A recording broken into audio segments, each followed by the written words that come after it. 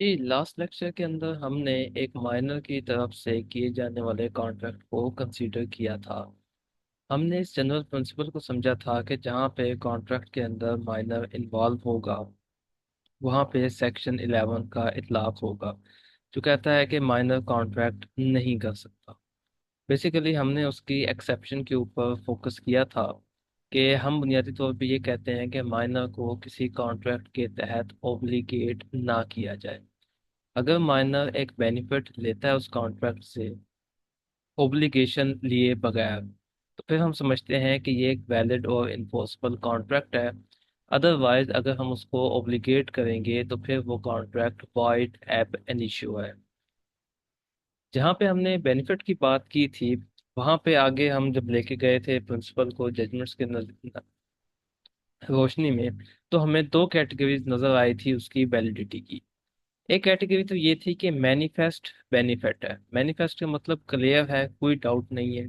जो भी इस ट्रांजैक्शन को देखेगा उसकी यही राय होगी कि माइनर इस कॉन्ट्रैक्ट के जरिए एक बेनिफिट या फायदा ले रहा है।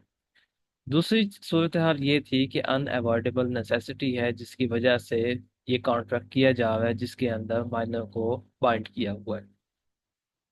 जजमेंट के अंदर हमने कंसिडर किया था पैरा 359 मोहम्मदन लॉ का, जिसमें लीगल गार्डियन को डिफाइन किया हुआ था। उसके अंदर वो गार्डियन जिसको कोर्ट ने अपॉइंट या डिक्लेयर किया है उसका जिक्र नहीं था, क्योंकि वो गार्डियन इन एक्ट के तहत डील किया जाता है। एनीवे वो भी एक लीगल गार्डियन कहलाता है। उसकी capacity to contract on behalf of minor, इससे डील कर रहा था पैरा नंबर 362। उसके अंदर मल्टीपल सर्कमस्टांसेस दिए हुए थे, जिसके अंदर लीगल गार्डियन को यह अख्तियार दिया गया है कि वो एक ऐसा कॉन्ट्रैक्ट करे जो माइनर को बाइंड करे। क्योंकि हम मोहम्मद इन लॉ के अंदर ये रेफरेंसेस ले रहे हैं, तो हमें ये अपने माइंड में क्लैरिटी होनी चाहिए कि ये वो माइनर है जो मुस्लिम है, और उसकी प्रॉपर्टी के हवाले से उसका लीगल गार्डियन उसे बाइंड कर रहा है। गार्डियन के सेक्ट की या रिलीजन की बात नहीं है, माइनर की जिसके नाम प्रॉपर्टी है उसके हवाले से बात है। और ये बुनियादी तौर पे सेक्शन 10 और 11 की एक्सेप्शन के अंदर ये मोहम्मद लॉ मौजूद था, क्योंकि वो कवानीन जो मुस्लिम पर्सनल लॉ को अप्लाई कर रहे हैं मुस्लिम सब्जेक्ट्स में, और कह रहे हैं कि उस इंटरप्रिटेशन को तरजीह दी जाए जिसमें पर्सनल लॉ प्रोसीड करें, वो बाद में पास हुए हैं। जबकि ये जो कॉन्ट्रैक्ट एक्ट है ये 1872 का कानून है। 362 के अंदर ग्राउंड्स दिए हुए थे। अगर इसको स्क्रीन शेयरिंग में आपको दोबारा दिखाऊं।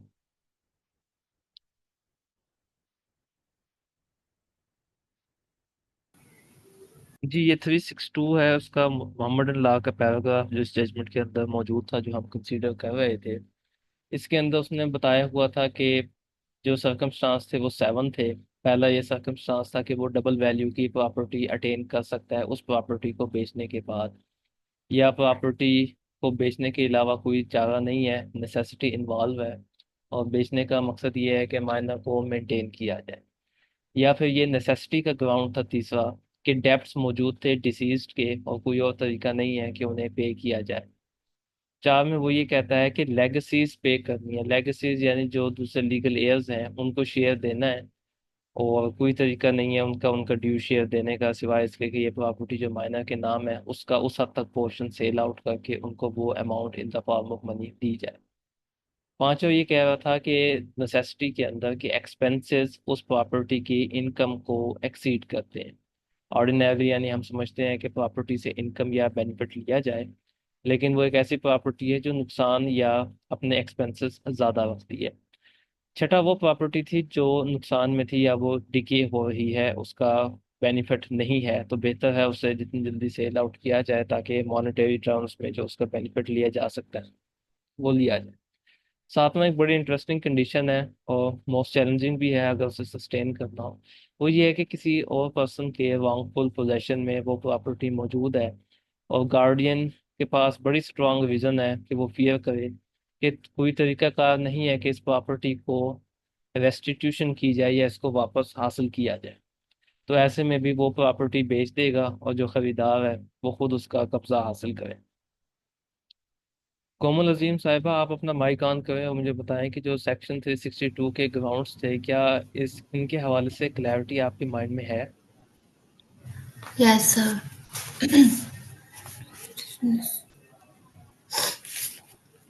तो इसी जजमेंट में मजीद ये बात कही गई थी कि जो इस पैरा नंबर 362 में ग्राउंड दिए हुए हैं, ये एग्जॉस्टिव नहीं है। एग्जॉस्टिव का मतलब है कि लिमिट हो जाए सिर्फ इन ग्राउंड्स तक। बुनियादी तौर पे हम इससे प्रिंसिपल ड्राइव करते हैं, या तो एक क्लियर बेनिफिट होना चाहिए या एक अनअवॉइडेबल नेसेसिटी होनी चाहिए। फिर इसी जजमेंट में उन्होंने ये कंसीडर किया है कि अगर एक माइनर को मेडिकल इलनेस हो तो उस ग्राउंड के ऊपर भी प्रॉपर्टी सेल आउट की जा सकती है, अगर कोई और तरीका नहीं है उसके एक्सपेंसेस उठाने का। अगर हम गार्डियन को ये अख्तियार नहीं देते तो हम एक ऐसी कंडीशन में छोड़ते हैं कि या तो वो माइनर डेड हो जाए सिर्फ इसलिए कि गार्डियन को हमने पैरालाइज किया हुआ था कि वो बेच के जो नेसेसरी खर्चा है वो कर सके। अब मेडिकल इलनेस का जहाँ तक ताल्लुक है, यहाँ पे एक्सपाउंड किया हुआ है कि अगर ऐसी एप्लीकेशन है तो फिर वो बताए कि उसकी नेचर ऑफ इलनेस या डिजीज क्या है। अगर वो फिलहाल अंडर ट्रीटमेंट है तो वो कौन सी जगह पे है, किसकी जेर कफालत है। और अगर किसी और हॉस्पिटल से उसका ट्रीटमेंट होना है जो जिसके लिए प्रॉपर्टी बेच रहे हैं, तो वो भी वाज़ेह तौर पे बता दिया जाए कि कौन सी जगह है और फिर एस्टिमेटेड एक्सपेंसेस कितने हैं। बेसिकली तमाम प्रॉपर्टीज उसकी नहीं बेची जाएंगी, बल्कि उस हद तक जिस हद तक वो हम एक्सपेंसेस उठा सकेंगे उस इलनेस के। नकीबुल इस्लाम साहब, आप अपना माइक ऑन करें, मुझे बताएं कि यहाँ तक आपको समझ है, आ गई है या नहीं आई। जी सर, जो आपने ग्राउंड पढ़ाई है उस हद तक समझ आ गई। अच्छा ये बताएं कि जो जजमेंट्स आपको शेयर की हुई थी आपने वो भी पढ़ ली थी कंप्लीट या नहीं पढ़ी थी। नहीं सर, मैं उसे नहीं देख सका सर, जजमेंट को। मैं ये जो आपने जिस हद तक पढ़ा है इतना मैंने देखा जरूर है। जजमेंट सर मैं नहीं देख सका। तो उन्हें आप कोशिश किया करें कि कंप्लीट जजमेंट को लेकिन पहले कंसिडर पढ़ी करें। हुई है सर वो जजमेंट्स मैंने पहले पढ़ी हुई हैं। लेकिन वो लास्ट टाइम जब आपने शेयर की उस वक्त नहीं देखी सर। अदरवाइज मैंने वो जजमेंट मेरी नजर से गुजरी हुई है। अगर आपने एक जजमेंट पढ़ी भी हो तब भी आप कोशिश किया करें कि दोबारा पढ़ने और मेमोरी को रिफ्रेश करें। सॉरी सर, क्योंकि वो थोड़ा सा टाइम नहीं मैनेज हुआ। ओके। अब यहाँ पे कुछ और आर्गुमेंट्स भी हैं इस जजमेंट में जो बुनियादी तौर पे कंसीडर हुए हैं, जहाँ तक ताल्लुक है सस्टेन करने का उस ट्रांजैक्शन को जिसमें माइनर को हमने ओब्लिगेट किया है। एक आर्गुमेंट तो ये लिया गया कि देखें एस्टॉप किया जाए। एस्टॉपल इस सेंस में कि देखें ये माइनर या उसका फादर या जो भी उसका गार्डियन था परपोर्टेड, उसने मिसलीड कर दिया उस खरीदार को। खरीदार ने उनकी रिप्रेजेंटेशन पे भरोसा करते हुए एक खातिर ख्वाह अमाउंट स्पेंड की है अपने प्रेजुडिस के लेते हुए। तो अब क्योंकि वो इतनी कंसिडरेशन स्पेंड कर चुके हैं और कॉन्ट्रैक्ट भी इमूवेबल प्रॉपर्टी का है, तो इस माइनर को इस फादर को स्टॉप किया जाए और इस कॉन्ट्रैक्ट को स्पेसिफिकली इन्फोर्स किया जाए। तो ये एस्टॉपल का ग्राउंड भी टर्न डाउन किया हुआ है कि माइनर के ऊपर एस्टॉपल अलाउ या एप्लीकेबल नहीं है इस सेंस में कि हम उस कॉन्ट्रैक्ट को जस्टिफाई करें जो वाइड एब इनिशियो है। एक और इंटरेस्टिंग ग्राउंड जो डील हुआ है इन जजमेंट्स के अंदर वो ये है कि माइनर ने जब कॉन्ट्रैक्ट किया था तब तो वो उस रेलेवेंट टाइम पे माइनर था, लेकिन बाद में जब वो मेजर हो गया तो तब वो उस ट्रांजैक्शन को मानता है। तो लिहाजा इस ग्राउंड के ऊपर इस ट्रांजैक्शन को सस्टेन किया जाए। जब इस तरह की बात की जाती है तो बेसिकली वो बात कर रहे हैं दो एग्रीमेंट्स की। एक एग्रीमेंट वो है जो इनिशियली हुआ, हम सपोज करते हैं कि वो 1990 में हुआ, और उसके बाद 1994 में जब वो अब मेजर हो चुका था तो फिर दोबारा एग्रीमेंट हुआ रूबरू गवाहान फलां जगह पे, और तब माइनर ने कहा कि वैलिडेट है और मैं जी ये दोनों एग्रीमेंट साबित करता हूँ, और क्योंकि वो अपनी मेजोरिटी में इसको सैंक्शन कर चुका है, ये अप्रूव कर चुका है एक दफ़ा मेरे सामने, तो लिहाजा अब इसको स्पेसिफिकली परफॉर्म किया है। ये भी बड़ा इंटरेस्टिंग ग्राउंड था जो टेक किया गया था, लेकिन इसको भी टर्न डाउन कर दिया गया। तो जब इन जजमेंट्स में जिक्र आता है माइनर के कॉन्ट्रैक्ट का, तो एक चीज लिखी भी होती है कि एट द रेलिवेंट टाइम वो एक माइनर था। रेलिवेंट टाइम से वो ये मुराद लेते हैं कि जब पहली दफा इनिशियली कॉन्ट्रैक्ट हुआ वो उस वक्त उसकी एज माइनॉरिटी की थी। दूसरा इसी तरह की ये सिचुएशन आती है कि जब ट्रांजैक्शन हुई और ट्रांजैक्शन से ये मुराद लेते हैं कि प्रॉपर्टी उससे माइनर से अपने नाम कन्वे कर ली गई। मिसाल के तौर पे जहाँ रजिस्ट्रेशन की ज़रूरत थी, माइनर के को ट्रांसफ़र बना के रजिस्ट्रेशन करवा ली गई ट्रांसफर की जानिब से। या फिर जहाँ पे म्यूटेशन सैंक्शन करने की ज़रूरत थी, तो वो पर्सन जिसकी जानिब से इंतकाल किया जा रहा है वो माइनर है, जिसके हक में किया जा रहा है वो मेजर है। तो ये भी वाइड एप एन इशू है। अब क्योंकि ये भी इसमें डेट है और वो वाइड थी, अनएक्सेप्टेबल था, हो नहीं सकती थी, तो इस ट्रांजैक्शन को भी सस्टेन नहीं किया जा सकता। बाकी अगर कभी ऐसी सूरत हाल आती है कि हम जिस तरह मिसाल लेके चल रहे थे कि सपोजिंग 1990 में वो माइनर था और 1994 में वो माइनर नहीं था, और वो इस ट्रांजैक्शन को मानता है, तो बजाय इसके कि दोनों ट्रांजैक्शंस को लेके चलें, जस्ट एक ट्रांजैक्शन शो की जाएगी जिसमें वो उस वक्त रेलेवेंट टाइम पे मेजर था, ताकि एक फेयर चांस हो उसको एस्टेब्लिश करने का। वरना अगर डेटेड इंस्ट्रूमेंट है, उस डेट के ऊपर वो माइनर है, तो फिर वो मुमकिन नहीं होता जब तक कि वो जो परचेजर है वो पैरा नंबर 362 में दिए हुए ग्राउंड टेक करके उस ट्रांजैक्शन को जस्टिफाई नहीं करता।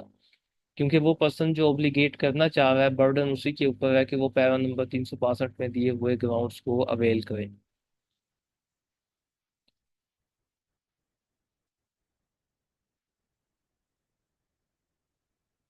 नेक्स्ट चीज इसके अंदर कंसिडर करने की ये है कि हमारे सामने अब एक फंडामेंटल क्वेश्चन आ गया है जो माइनॉरिटी से रिलेट है, उसके बाद इस टॉपिक को कंक्लूड करते हैं। मैं चाहूंगा कि मुदस्सर हसन साहब अपना माइक ऑन करें और इस सादा से सवाल का जवाब दें। क्या ये मुमकिन है कि एक फादर अपने बेटे की प्रॉपर्टी को सेल करने का एग्रीमेंट करे जो कि उसके माइनर बेटे के नाम पे है?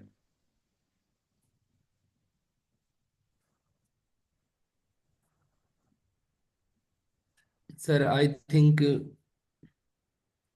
नो। नो। जब आप कहते हैं कि मुमकिन नहीं है, आप किस प्रोविजन के ऊपर या किस लॉ के ऊपर रिलाई करेंगे?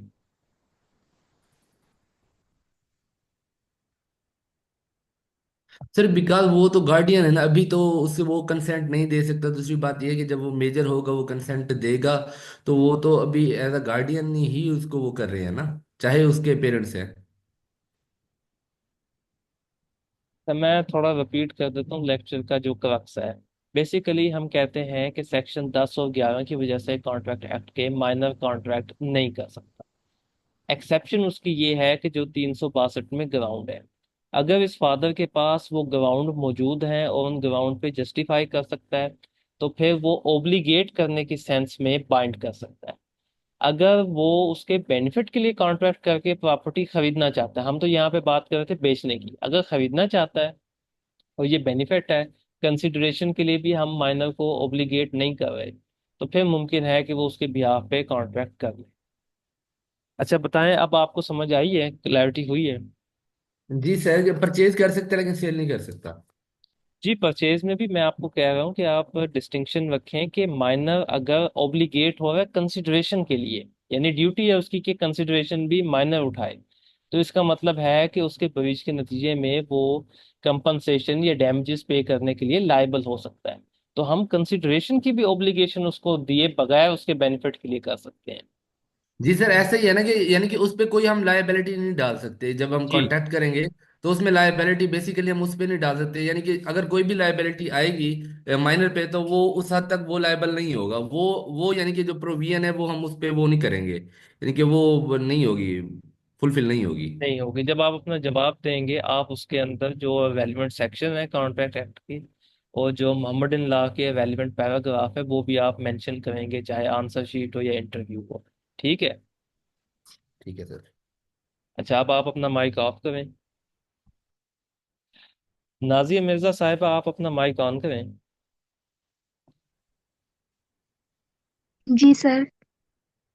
हमारे सामने ये सवाल है कि एक बाप अपने बेटे के नाम प्रॉपर्टी बेचना चाहता है इस ग्राउंड पे कि उसका बेटा जस्ट बेनामीदार है या नेम लेंडर है और बेसिकली प्रॉपर्टी उसके बाप की है। क्या बाप उस प्रॉपर्टी को बेच सकता है?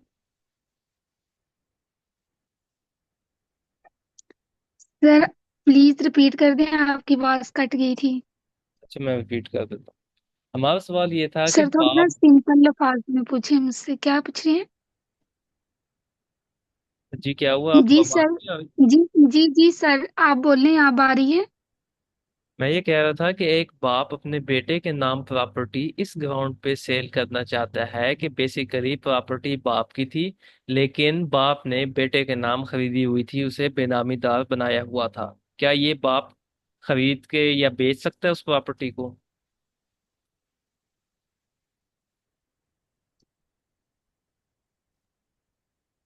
सर सर ये बेच सकता है। सर ये बेनामीदार को जरा आसान अल्फाज में बता सर दें। आई थिंक सो बेच सकता है, लेकिन इस सूरत में जब ये माइनर के बेनिफिट के लिए हो, अनवाइडेबल नेसेसिटी की सूरत में।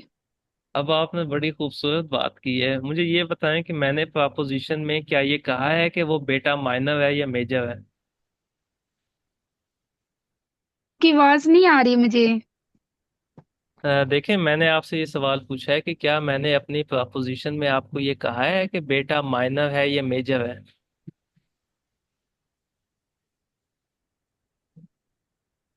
सर आप कह नहीं रहे थे कि बेटा माइनर है और उसके वालिद ने बेनामी ट्रांजैक्शन के थ्रू प्रॉपर्टी उसके नाम खरीदी है, वो बेचना चाहता है।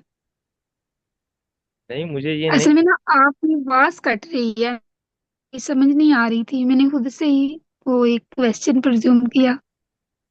अच्छा, क्या बाकियों के लिए भी मेरी आवाज कट रही है? नहीं सर, आवाज तो ठीक है। अच्छा, फिर उनके लिए प्रॉब्लम होगा। चलिए उन्हें म्यूट कर लेते हैं, नाजिया मिर्जा साहिबा को।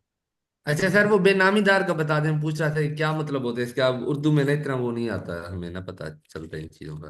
बेनामीदार का वो मतलब होता है कि एक आदमी बस अपना नाम देता है, ना उसने कंसिडरेशन एडवांस की, ना उसके पास ओनरशिप के डॉक्यूमेंट है, और ना उसके पास कब्जा है।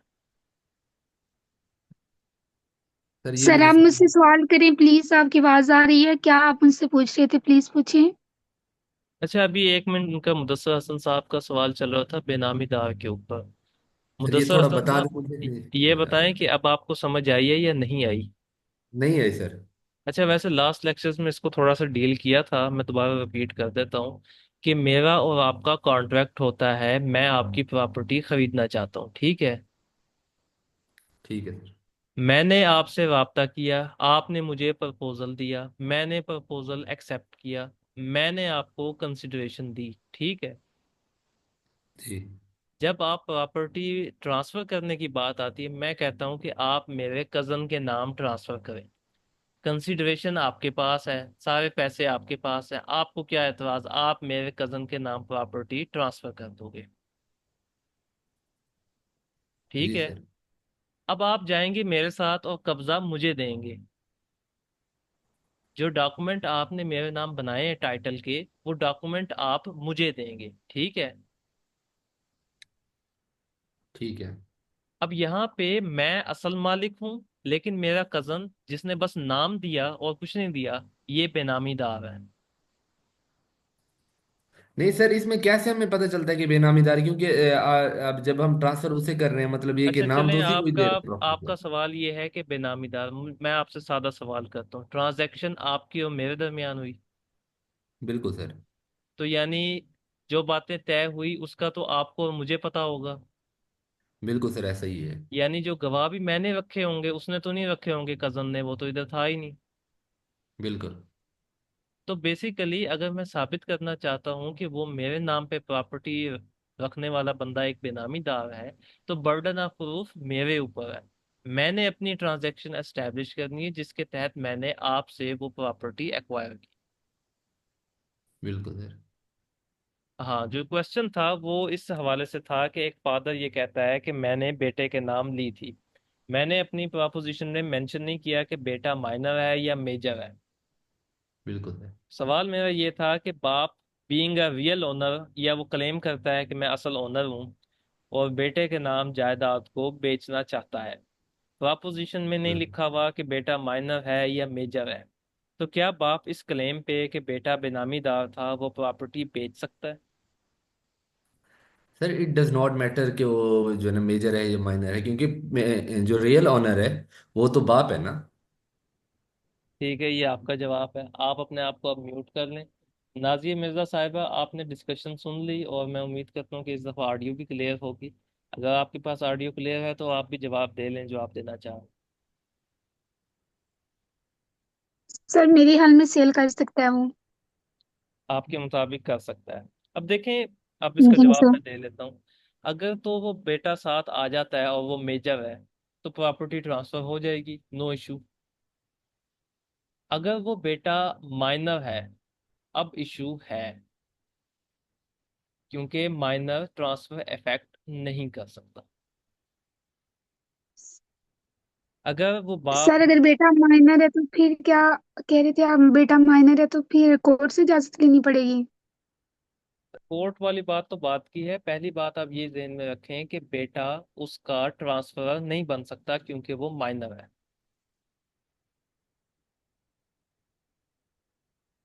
यानी अगर इंतकाल करना है, रेवेन्यू का मैटर है, तो बेटा इंतकाल नहीं करवा सकता किसी और के फेवर में।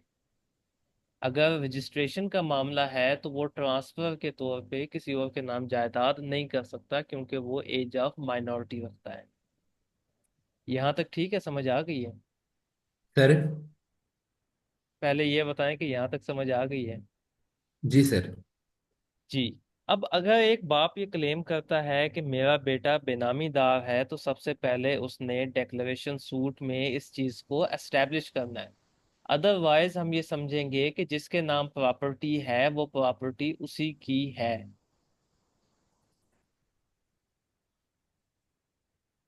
क्या ये बात भी समझ आ गई है?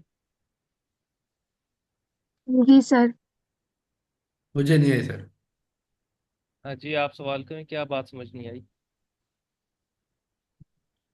यही जो आपने आखिर में बताया सर।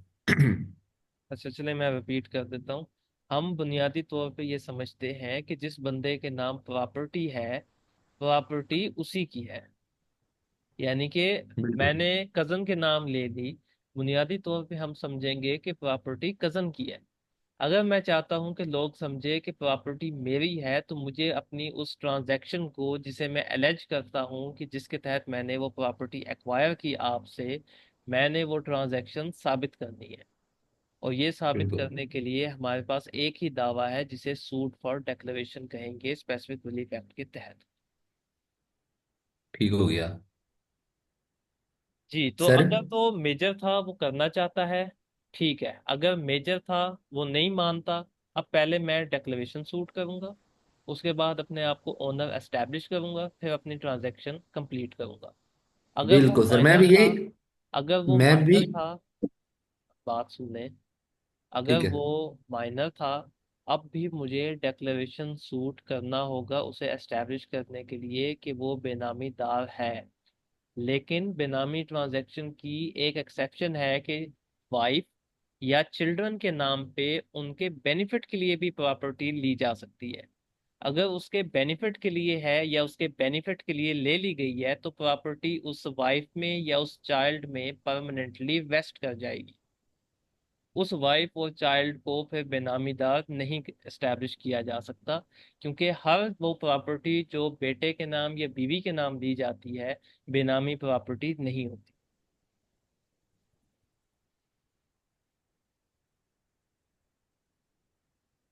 जी नाज़िर मिर्ज़ा साहिबा, आप बताएं कि आपको ये बात समझ आ गई है? जी सर, पता नहीं मुझे क्यों आपकी आवाज आज बड़ी कट रही है, और किसी की तरफ नहीं कट रही सर की आवाज। नहीं मैडम, ठीक आ रही सर, है। मैंने पहले कॉन्स्टिट्यूशन की क्लास ली है, उसमें तो नहीं कट रही थी। चले, आप रिकॉर्डिंग में अच्छा सुन सर, लीजिएगा तो आप ये मैंने बताएं। मैंने आपसे ना एक पॉइंट क्लियर करना है। ये जो बेनामी ट्रांजैक्शन होती है, ठीक है, इसमें सिर्फ एक बंदे का नाम यूज किया जाता है, जो कंसीडरेशन वगैरह बाकी सारी फॉर्मेलिटीज होती हैं वो रियल ऑनर ही पे करता है। जी, रियल ओनर पे करता है। ठीक है। सिर्फ आप दूसरे बंदे का नेम यूज कर सकते हैं, इसके अलावा कुछ नहीं उस। देखें, अगर वो कंसिडरेशन एडवांस करेगा, तो फिर तो वो आपकी ही तरह एक को ओनर हुआ, अगरचे उसके नाम नहीं है, या उसके नाम है तो फिर आप उसके को ओनर हुए।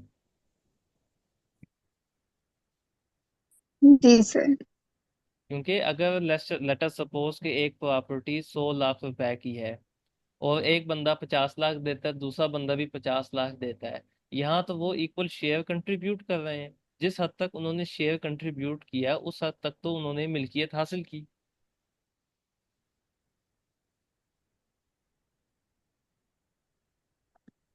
जी मुदस्सर हसन साहब, आप बताएं, आपको भी समझ आ गई है?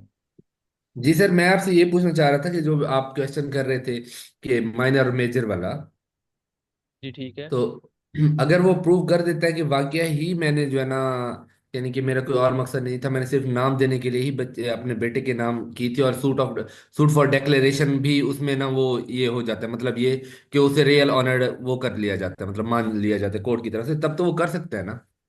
जब उसको रियल ओनर की डेक्लेरेशन होगी तो as a consequential relief of property भी उसके नाम चली जाएगी।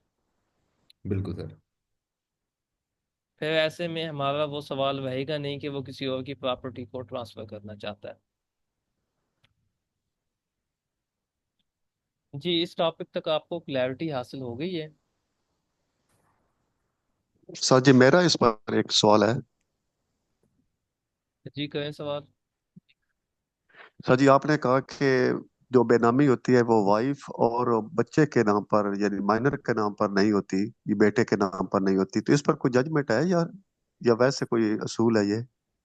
ये ऑनरेबल सुप्रीम कोर्ट की जजमेंट है बेसिकली कि हम हर ट्रांजैक्शन को जो वाइफ और बच्चे के नाम है उन्हें बेनामी नहीं कहेंगे, बल्कि हम ये कहेंगे कि उनके बेनिफिट के लिए ली है और प्रॉपर्टी उनके लिए एब्सोल्युटली वेस्ट कर दी है। अब इसका कोई हार्ड एंड फास्ट या यूनिवर्सल रूल नहीं है, बल्कि ये एक कंसिडरेशन है बेसिकली डिस्करेज करने के लिए कि पहले आप बेटे के बेनिफिट के लिए या वाइफ के बेनिफिट के लिए ले लेते हैं, बाद में जब आपके ताल्लुकात ख़राब होते हैं तो आप कहते हैं कि नहीं, अब जो प्रॉपर्टी उसके नाम दे दी थी उसको मैं वापस हथियार लूँ डेक्लेरेटरी सूट करके। तो इस तरह के सूट को डिस्करेज करने के लिए बेसिकली ये कंसिडरेशन इंट्रोड्यूस हुई है। सर जी, वो अथॉरिटी आपको अगर याद हो तो वो प्लीज बता दीजिएगा, फिर हम पढ़ लेंगे एक बार। अच्छा, ये मेरे जहन में तो नहीं है, अलबत्ता आपको साइटेशन नंबर मैं सेंड कर दूंगा लेक्चर के बाद। Thank you sir. अच्छा, नेक्स्ट हमारे पास ये टॉपिक था जो बड़ा इंपॉर्टेंट और इंटरेस्टिंग टॉपिक था कॉन्ट्रैक्ट लॉ का। वो रिलेट करता था सेक्शन 10 से। मैं चाहूंगा कि नकीबुल इस्लाम साहब सेक्शन 10 कॉन्ट्रैक्ट एक्ट का रीड आउट करें। जी sir. What agreements are contracts? All agreements are contracts if they are made by the free consent of the parties competent to contract for a lawful consideration and with a lawful object and are not hereby expressly declared to be void. Nothing herein contained shall affect any law in force in Pakistan and not hereby expressly repealed, by which any contract is required to be made in writing or in the presence of witnesses or any law relating to the registration of documents. जी, अब section 10 का जो एक portion है, पहला portion, जिसमें वो बात करता है कि तमाम एग्रीमेंट्स कॉन्ट्रैक्ट हैं अगर ABC रिक्वायरमेंट को पूरा करते हैं। जब आप पेपर में अटेम्प्ट करेंगे आप इनमें जस्ट एक और रिक्वायरमेंट ऐड करेंगे, वो ये है कि कम्युनिकेशन ऑफ प्रपोजल होना चाहिए, जिसमें इम्प्लाइड है कि अब फ्री कंसेंट से एक्सेप्टेंस होगी। बाकी रिक्वायरमेंट्स आप कर लेते हैं paper examination point of view से। अच्छा, ये माइक आप अपना बंद करें फिलहाल नकीबुल इस्लाम साहब। आपका जो माइक है वो नॉइज़ प्रोड्यूस कर रहा होता है, वैसे जब आपका नाम लिया जाएगा आप ऑन करके रिस्पॉन्ड करेंगे जो आपसे पूछा जाएगा। बाकी स्टैंड बाय में आप ऑन नहीं रखेंगे क्योंकि नॉइज़ पैदा होता है। मैं ये बात कर रहा था कि जो हमारा पोर्शन आज के लेक्चर में कंसर्न्ड है वो बेसिकली दूसरा पोर्शन है। जब हमने फर्स्ट लेक्चर लिया था कॉन्ट्रैक्ट लॉ के ऊपर, तब भी हमने कंसिडर किया था कॉन्ट्रैक्ट एक्ट का इंटरप्ले दूसरे कवानीन के साथ। मैं चाहूँगा कि कोमल अजीम साहिबा अपना माइक ऑन करें और मुझे बताएं कि जो हमने सेक्शन 1 में पढ़ा था कॉन्ट्रैक्ट लॉ का वो क्या चीज़ थी।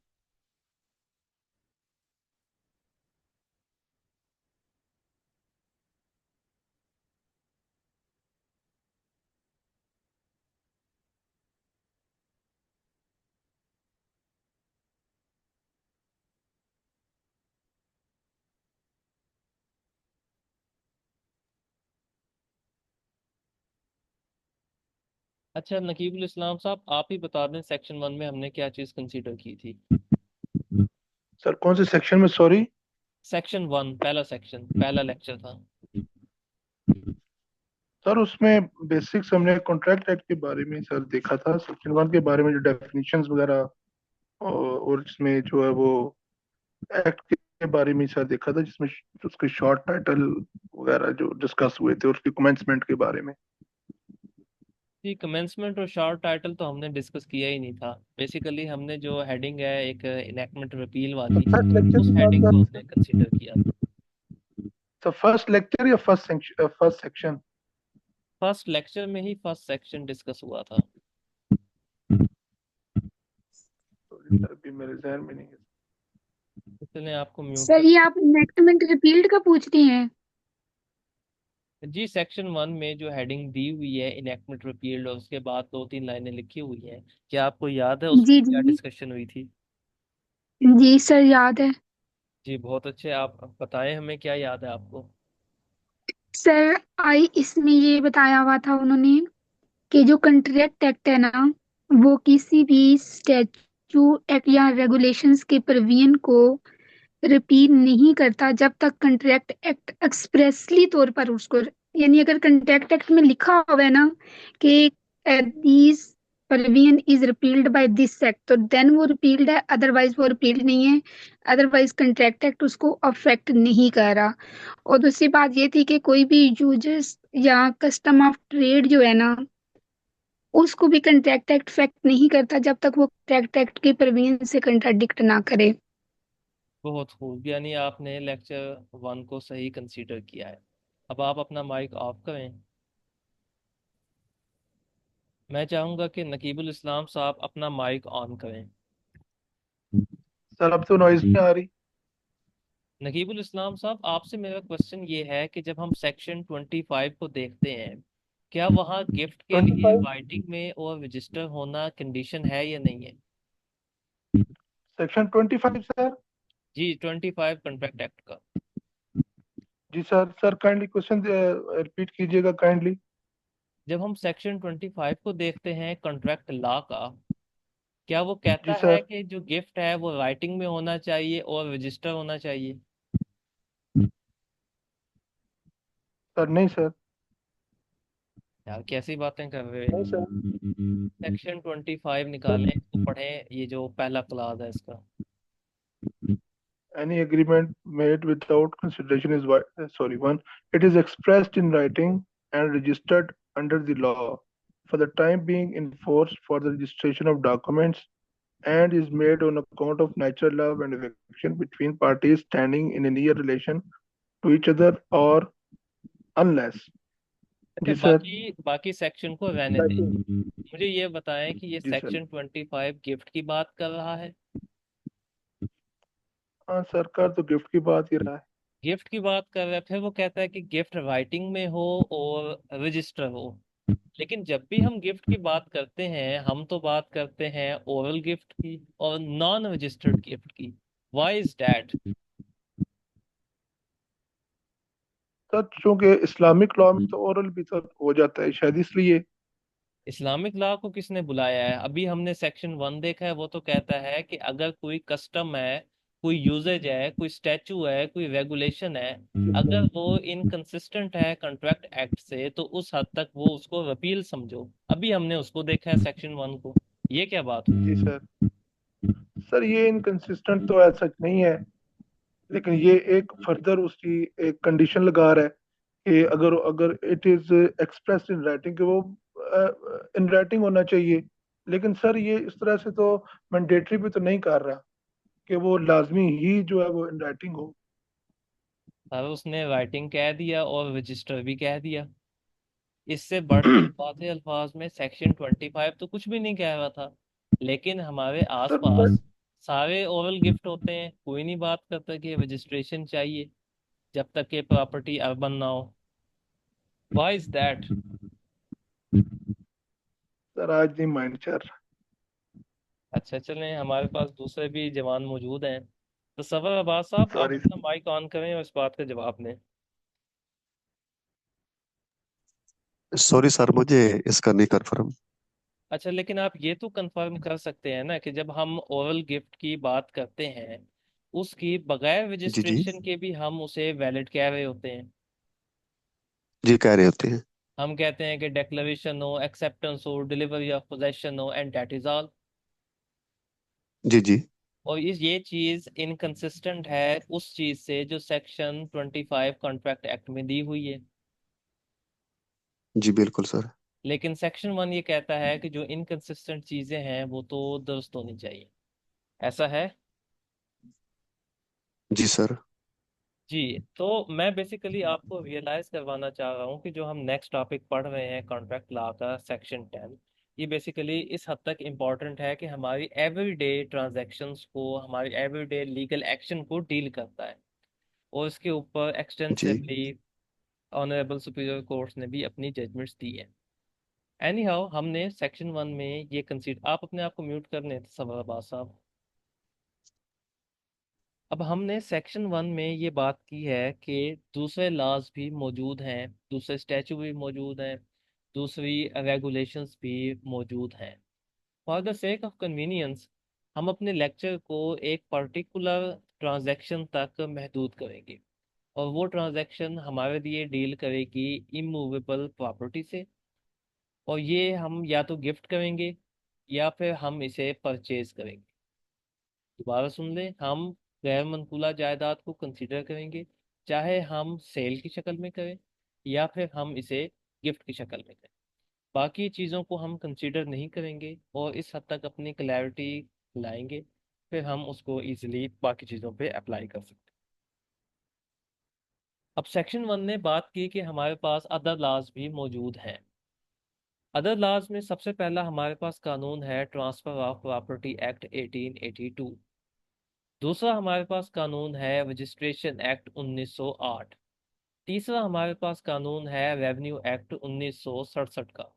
फिर हमारे पास लास्टली कानून शहादत 1984 है। कोमल अजीम साहिबा, आप अपना माइक ऑन करें, बताएं कितने सेकंड बाकी हैं लेक्चर खत्म होने में।